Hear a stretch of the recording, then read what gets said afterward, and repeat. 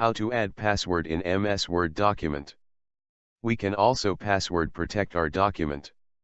To add password, click on File button, and on the info pane you will see Protect Document option. Click on it and select Encrypt with password and type a password and confirm it.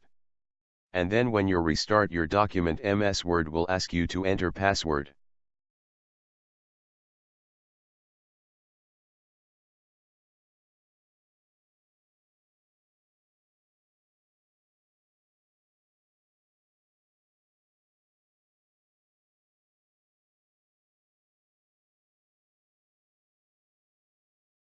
Now we will close the document and open it again.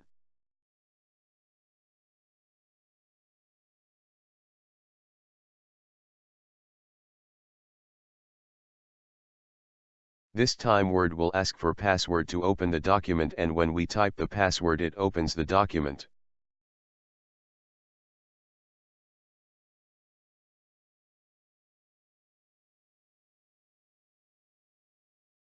Thanks for watching.